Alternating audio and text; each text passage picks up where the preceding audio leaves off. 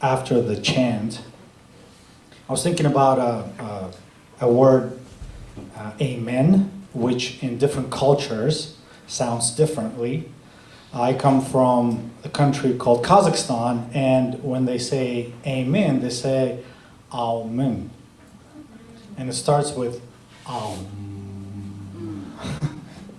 So that what came to mind. But Mitch, when you first was introducing tonight's topic, and you said it was mystery, and I was sitting there and I'm like, oh my goodness, it's such an honor to present mystery.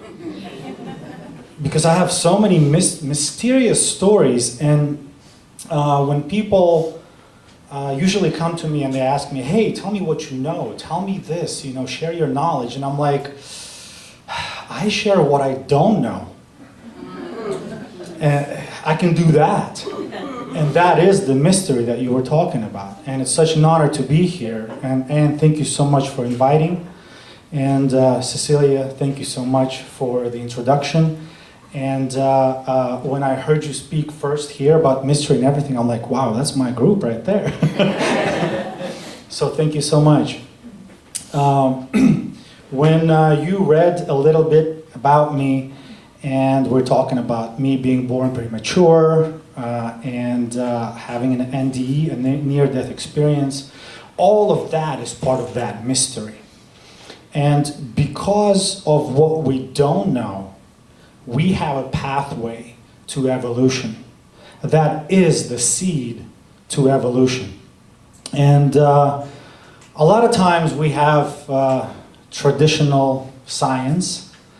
There's untraditional science too. There is a certain religions too that they take a space and they try to define that space. And this is what happens. Back in the Middle Ages, there was a recipe of how to make a cannon. And they said, well, how do you make a cannon? Well, you take a hole and then you build a cast around it from bronze, okay? So that's sometimes what traditional science is trying to do, or traditional religion. They take a hole, the mystery, and then they try to put a cast around it and to somehow sell it to us as the knowledge. But the knowledge is the mystery, really. Which has no end of learning. So today, I'm going to tell you a little bit of what I do and share a little bit of what I don't know.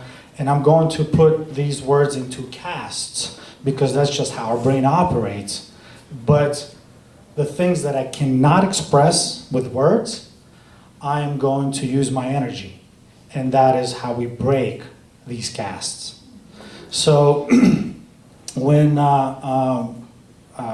we had this meet and greet moment and we were saying hello to each other, and that's what we were doing. We're sharing our energy. And so it's wonderful that sometimes we can do that and break all the castes. So I was born in a country that no longer exists, the Soviet Union. How exciting, right? You go to bed in one country, you wake up in a completely different one. When I say completely, that means the currency no longer works. So whatever savings people had in their bank accounts is gone. They're changing textbooks, they're changing the national language.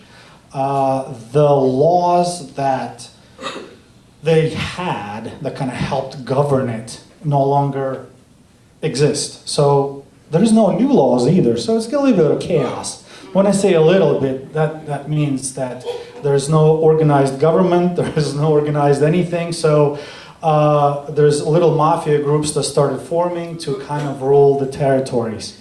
So as a boy, you get a certain type of identity. Well, I belong in this country, I belong this and that. But in a moment, everything can change. So you wake up and you're like, wow, what is this? Where am I? And when people ask me, where are you from? And I'm like, well, I'm from Kazakhstan. But I was born and raised in a country that no longer exists. And that country, it was full of mystery because things were just happening that you could not explain. And when I was born in 1980, I was born prematurely, and the doctors in the Soviet Union, they said, listen, he's not going to make it. You know, we don't want to spend time on him. We're going to spend time on the ones that have a chance, which, I mean, is logical thinking. But my grandma said no. My grandma was a healer, and she said she was also a doctor. So she's like, I'll just take care of him. Please let me. So she incubated me in a piece of shawl. So I was born less than 3 pounds. Yeah, 6.5 months. And so everyone's like, we don't know how you survived. But there's a different type of healing that helped it. And when I was talking about the mysteries of the Soviet Union, they didn't allow people to believe in God, to believe in anything other than the Soviet power. But people still did, because I saw the lines to come to my grandma for healing, and it was all a hush-hush, you know. So I'm a product of that. I'm a product of that healing, and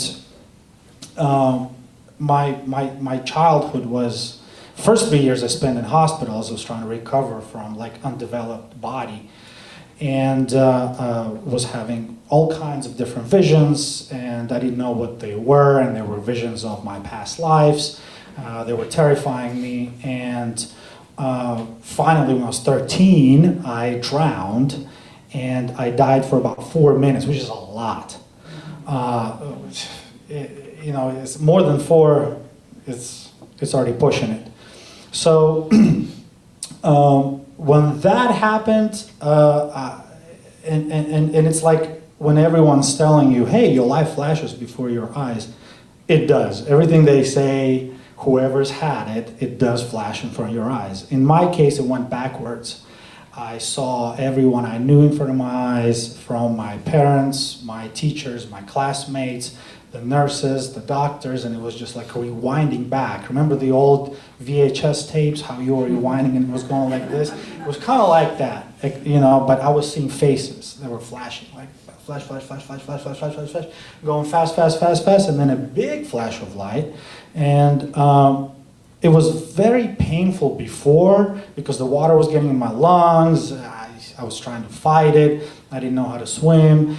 And the pain was so grand, but once the final flashlight illuminated in my consciousness, the next thing that I saw was that I was above the water, and I saw a guy who pulled me out and carried me to the shore.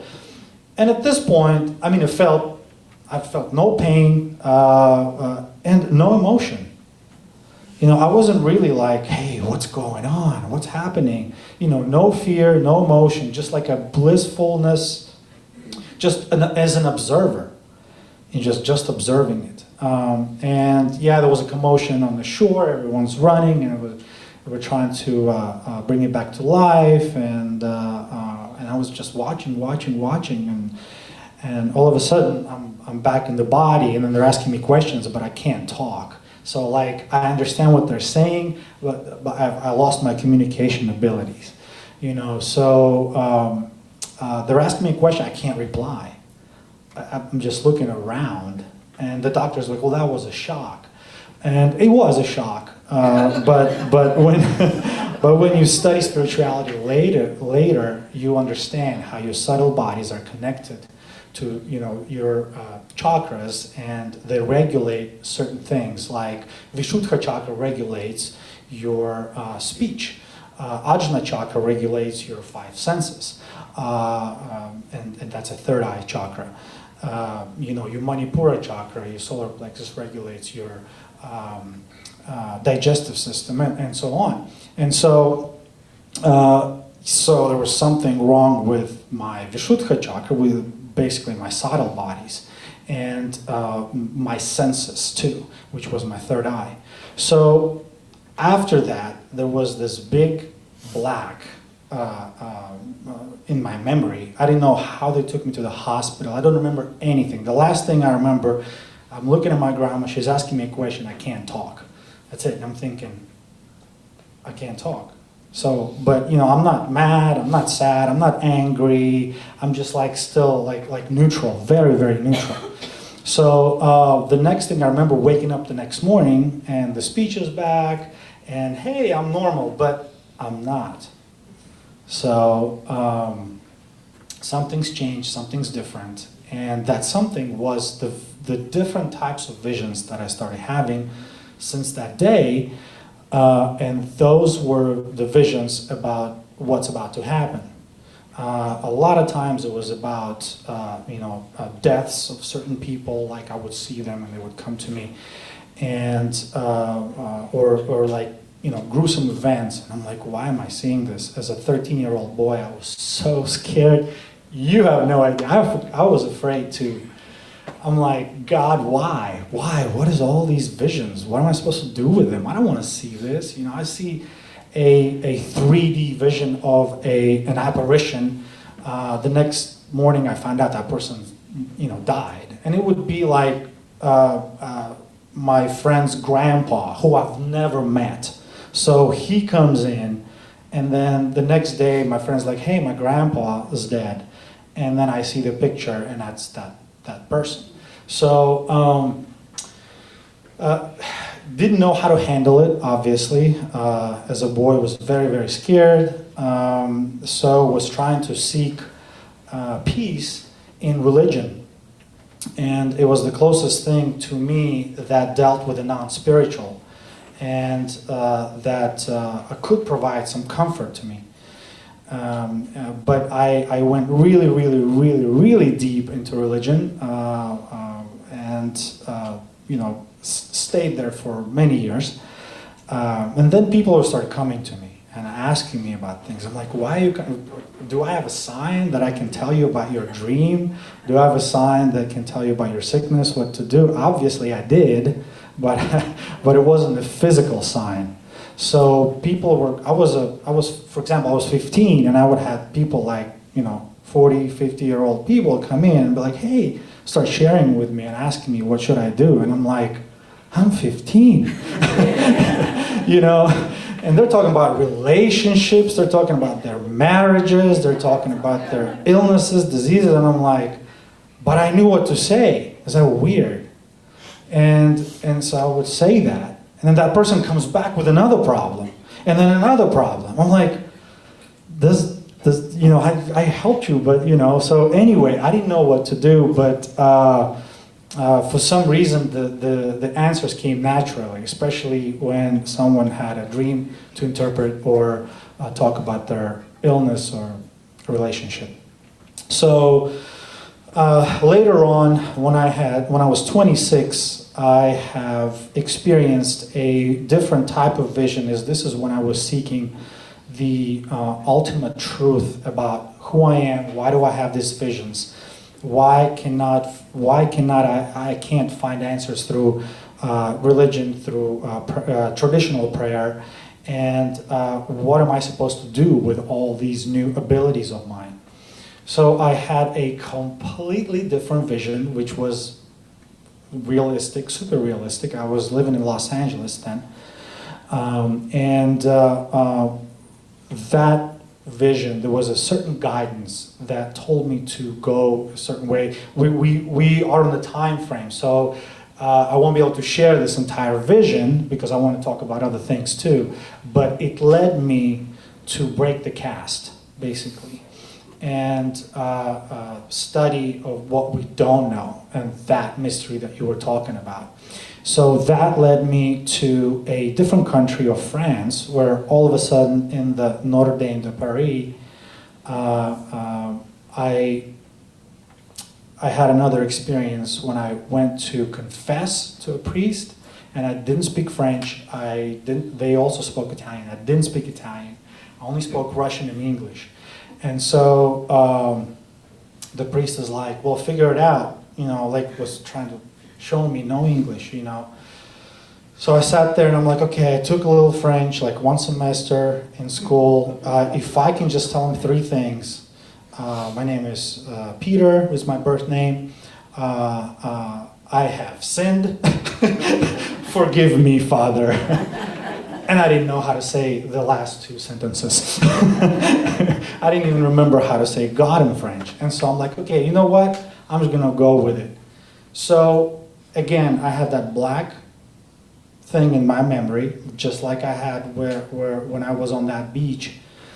And 45 minutes later, it was supposed to be 15-minute increments. Whoever been to the Notre Dame, there's this, you actually do that in the office, which was weird.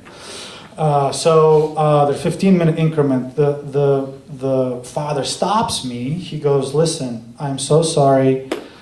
It's been 45 minutes. And I kind of get to my senses, and I understand that I'm telling him about my father who left when I was 1, and in French, this whole entire conversation.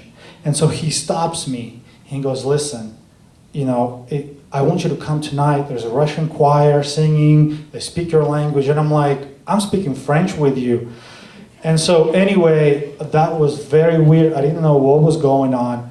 I left his office. There was a line of angry people that it took me and I'm like, yeah, you're here at this cathedral. Way to go. And that was my first experience about one of my past lives, one of my reincarnations that at that time I didn't know what it was because I never believed in it. And so that's how things started rolling. And it was a snowball effect.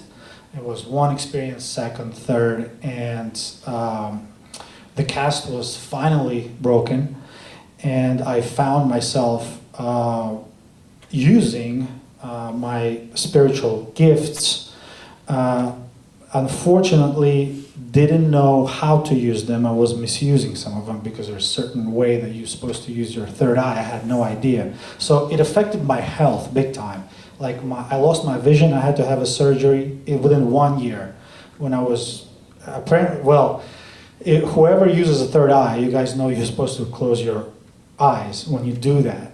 But for me as a kid, I'm like, it's fun. I open this eye so I see one picture and another picture. I'm like, cool. I see the vision and I see this room. That is awesome. Well, no, because your brain now is reading that you're using your biological eyes, you're using your third eye, and your third eye is high frequency, so it's going to give all of its preferences, all of its functions to function the one that's more high frequency, and it will start shutting down your biological eyes. I had no idea. I was just like, hey, my vision's getting bad. And I was going to my doctor, they prescribed me glasses. I'm like, okay. And then I can't see with my glasses. So I'll go to the doctor and he's like, I've never seen anything like this. I don't know what your condition is, but your eyes are they're just shutting down. And then I couldn't see anything with it. I ended up having a surgery, but I started studying all these things and learning that when you start dealing with other things that are non-physical, theory is very, very important.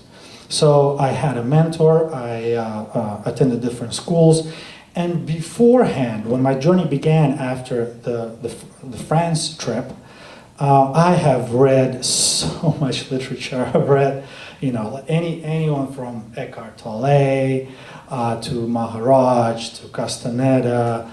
I mean, you name it. Obviously, before I almost had the Bible memorized. I read Quran. I lived in Kazakhstan. Bhagavad Gita, Mahabharata. All these things that I've read, and I start reading something new, and I'm like, oh wow, that's great. That resonates. That makes sense. And then I start reading something different. I'm like, oh wow, that's great. That makes sense.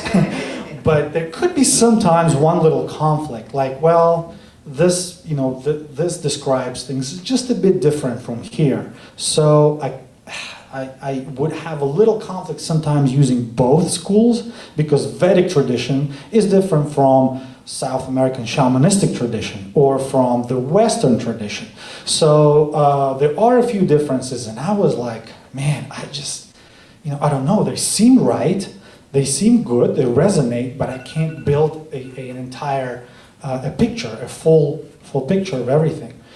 And so it was a little bit confusing to me until I found a Sefirot model. And the Sefirot model talked about the Vedic traditions. Okay, studying chakras, that's great. Studying a lot of things from the Vedic traditions, and then studying assemblage point, your soul, from Carlos Castaneda. But guess what? You are supposed to use your soul when you move it with the chakra points. Oh wow, when you add that knowledge, you're unstoppable. The energy, Taoist practices, whoever ever done Tai Chi or Qigong, we're working with energy flows. Okay, so now I can apply that knowledge into working with my soul.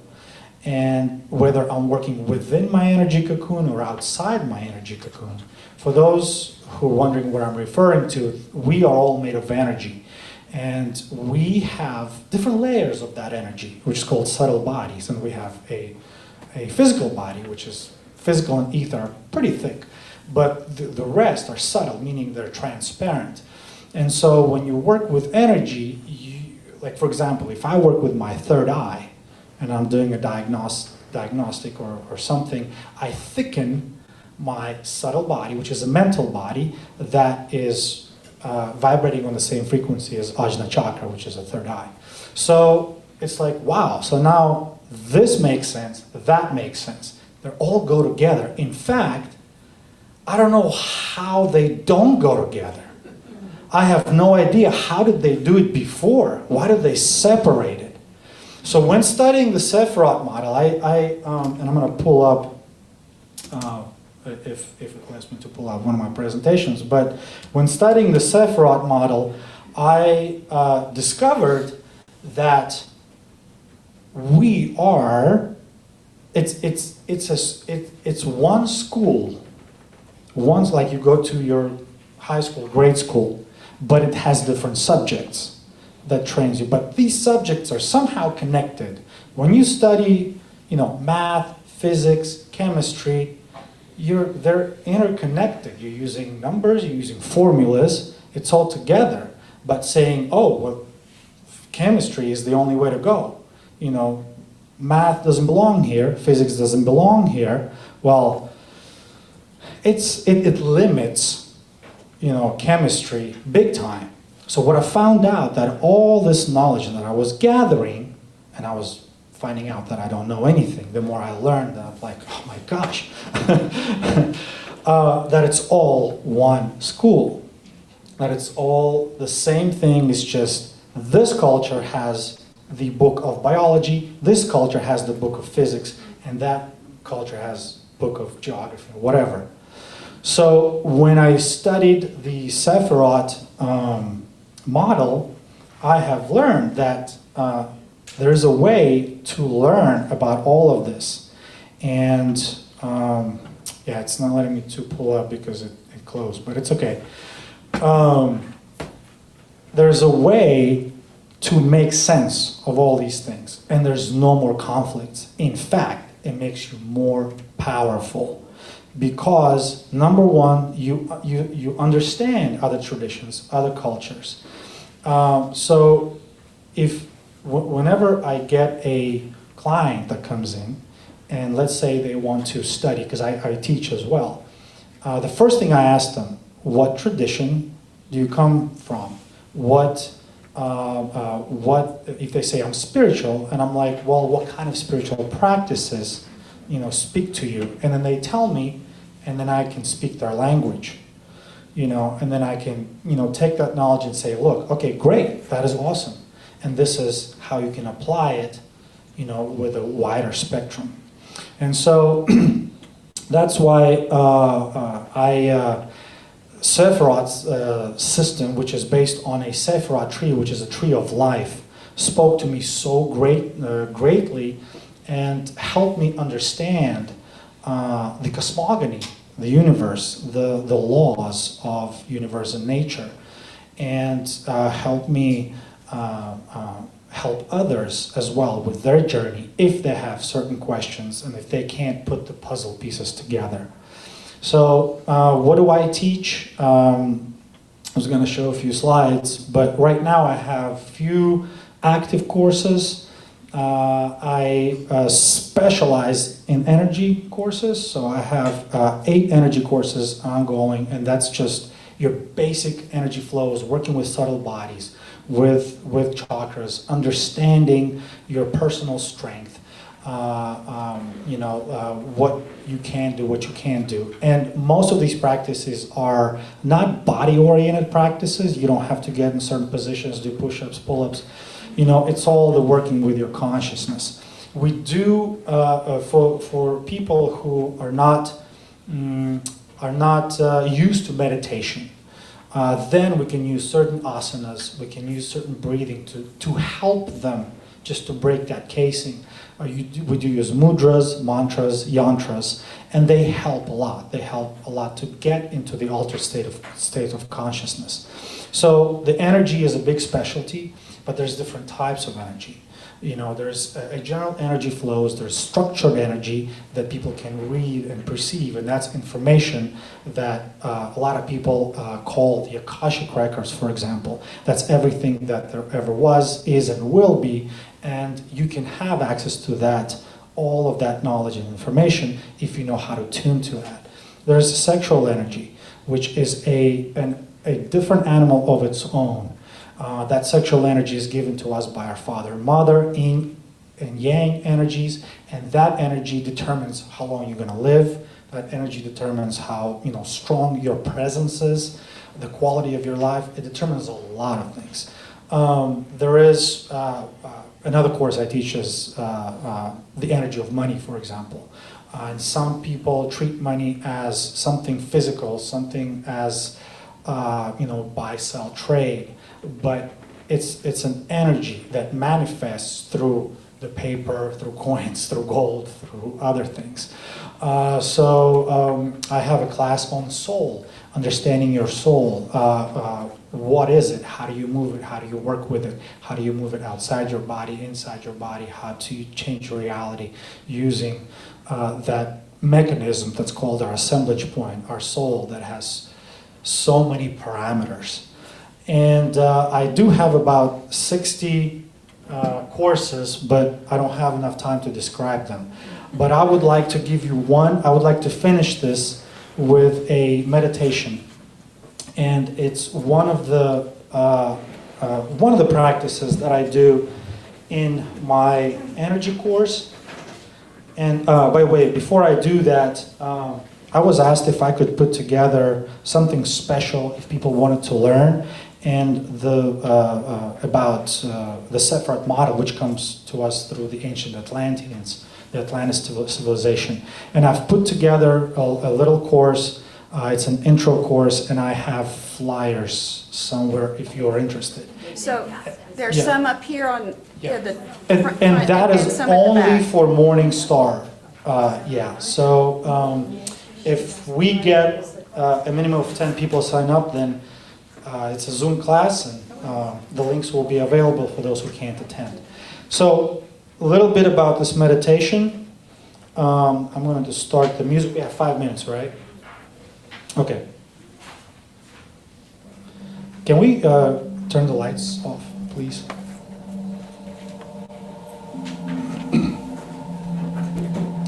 So if you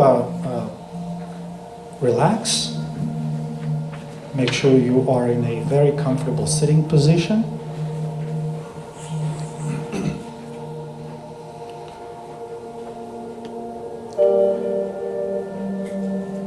So right now we're just going to concentrate on our breathing.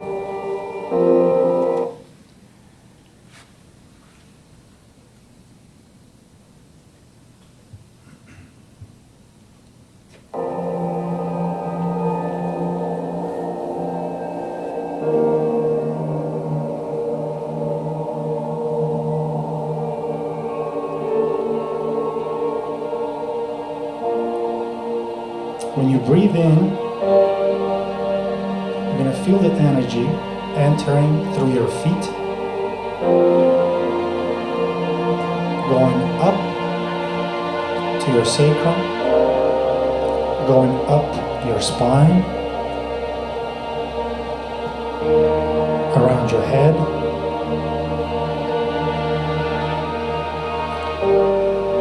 and then it's exiting through your hands. The main flow of energy is entering through your feet, goes through the spine, through the shoulder blades, now exits through your hands. When it exits through your hands, you breathe it out, you push it out of your hands. If it makes you comfortable, raising your arms in the Egyptian pose, you can. So you breathe it in, and then you push it out. The secondary energy flow keeps circulating inside your body, which means it is accumulating energy on your solar plexus level, on your manipura chakra. So we're going to breathe in the energy from the Mother Earth. It's going through you, it's circulating through you, and you're pushing it out with your hands when you breathe out. Now we're going to reach the depths inside the Mother Earth.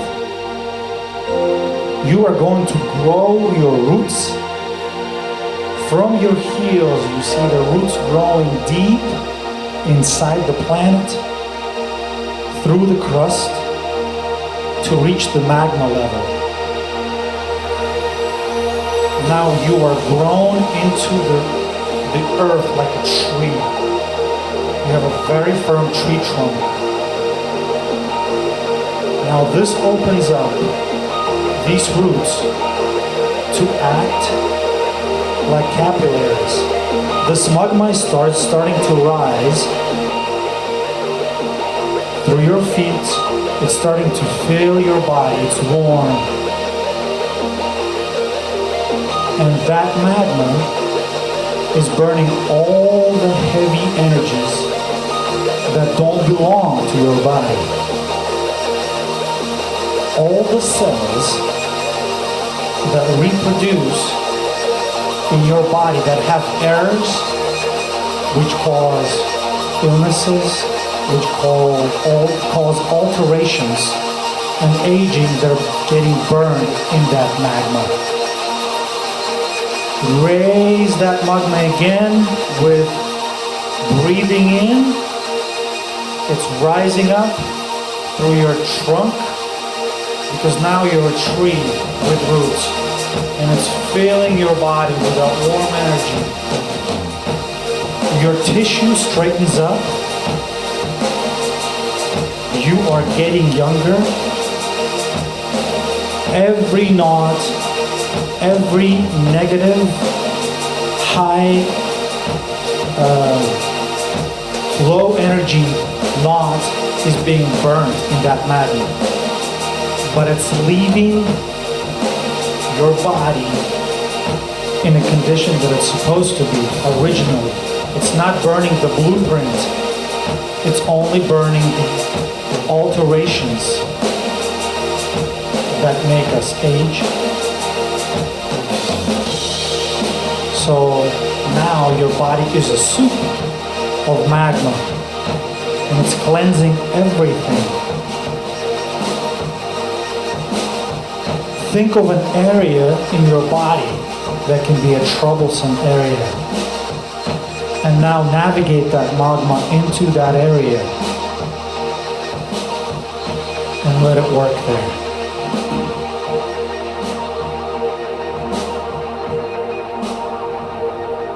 If you have any skin issues,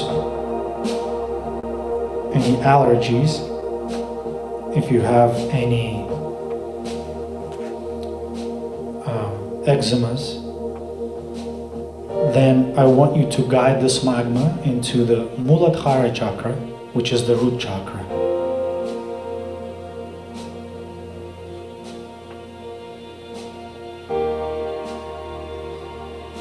If you have any problems with sexual organs, reproductive organs, you may guide it to the Svadhisthana chakra, which is your sexual chakra. If you have any issues with your stomach, belly, with any of your digestive system, then guide it to the solar plexus area. If you have any issues with your heart, with blood, then guide it to the Anahata chakra, which is your heart chakra. If you have any relationship problems that have to do with emotions and love and people that you care about, not your relatives, stay in Anahata chakra, heart chakra. If you have problems with family members, not your children, your family members, your mother, father, your bloodline, guide it to solar plexus, your Manipura. If you have problems with children or your partners, sexual partners, guide it to Svadhisthana chakra.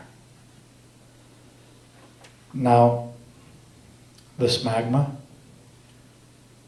is working,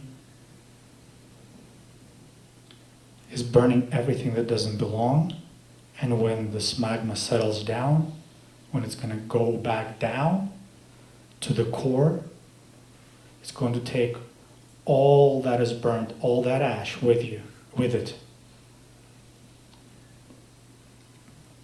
So now we're going to feel that magma exiting through your feet, through the trunk. If you worked any of the relationships, problems, then the magma filled the channels that connect you to other people and cleansed those channels too. So now the magma's going down, is leaving those channels. Through Vishuddha chakra, it's leaving the channels with your co-workers or business relationships. Anahata chakra, your love connections. Manipura, your relatives, your mom and dad, your bloodline. Svadhisthana, your sexual partners. And Manipura is your connection to the actual physical body from your past life. And now this magma is exiting. And now there's a built-up energy that left, and we don't want to just sitting there. We want to take it with your hands and rub it all over your body. Make sure it goes to every vessel, to every artery, to every capillary, to where it creates almost like a static-like feeling. Thank you so much. You're amazing.